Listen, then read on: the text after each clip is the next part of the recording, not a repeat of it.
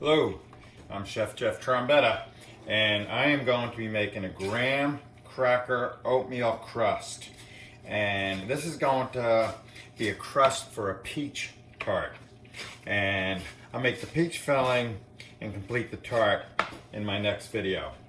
So we have 2 cups of graham cracker crumbs and 2 cups of oatmeal,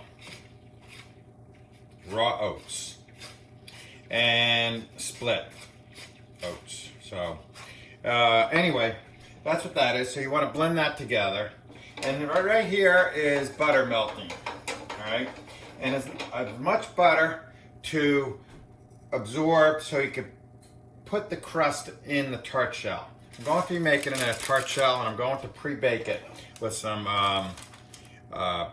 beans and what have you. And that's the tart shell. It's going to be a false bottom.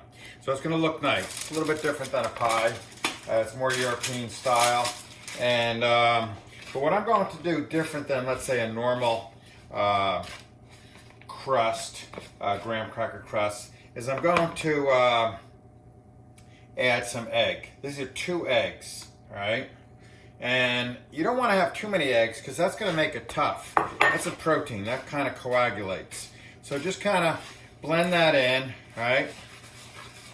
And a little bit. There we go. And so you can see that the eggs alone kind of bring this together. But like I said, the butter is what really brings this together. You don't want to have too many eggs because then what you're going to have is a tough crust. It's nothing worse than a tough graham cracker crust.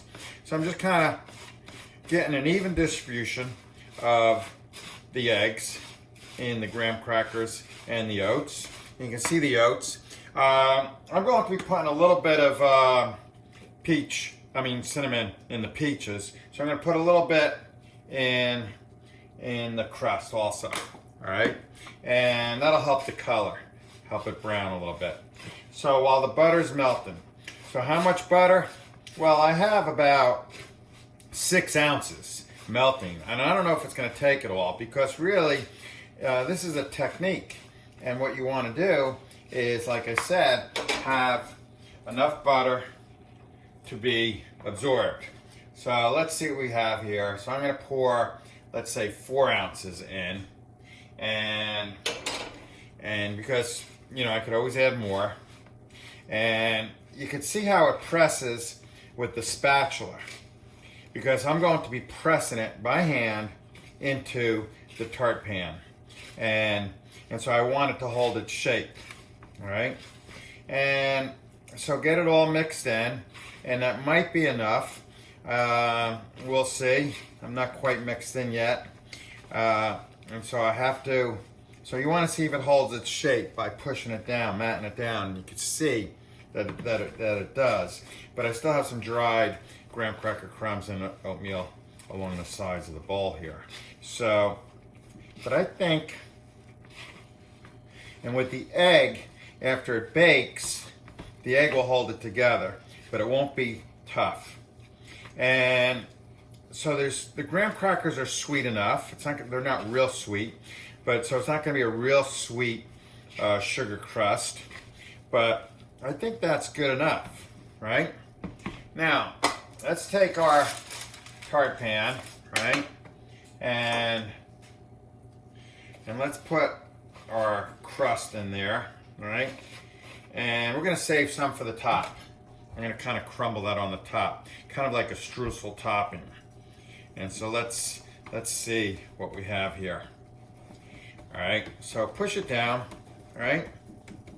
And then you're going to push it up the sides of the tart pan. All right, so it's laying nice, I think. All right, it's got a good consistency. It's not too wet, and again, it's variable because your graham cracker crumbs could be a different brand. They could be a different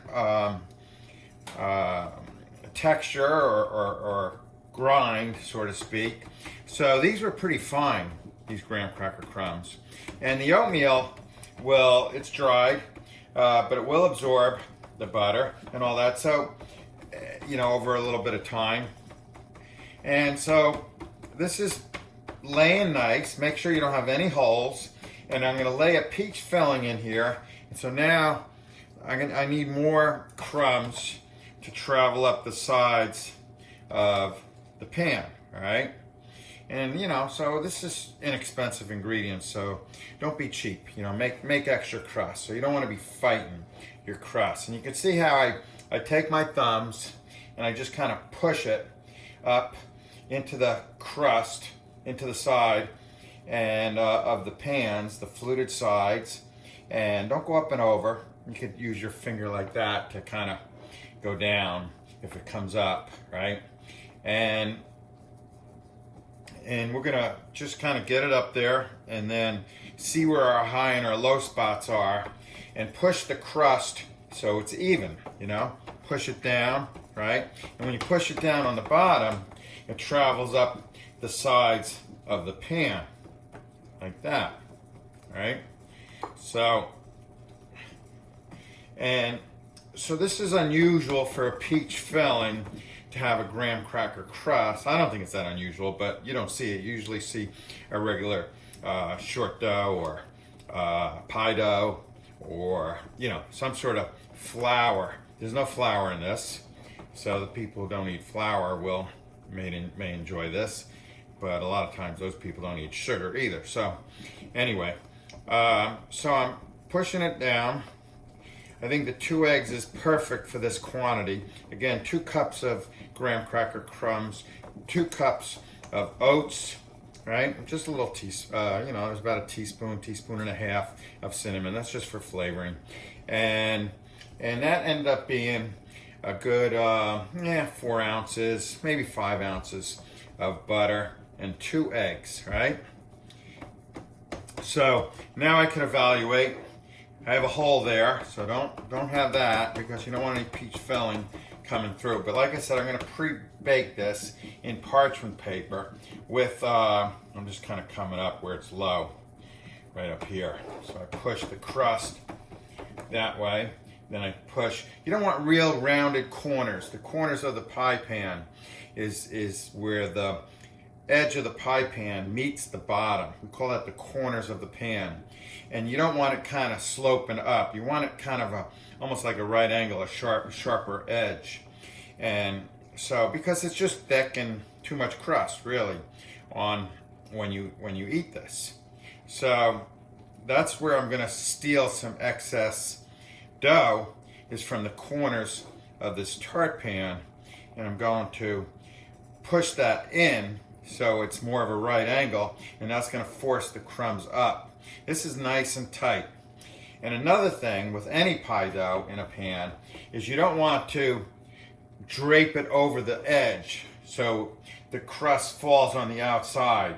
Why is that? Because when it bakes, it's going to bake on there, especially with a false bottom pan like this. When you go to unmold it, the crust is going to be stuck, right? Because it's going to be baked over the edge.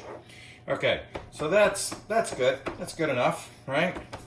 We can make it perfect, but for the sake of time, let's just call it.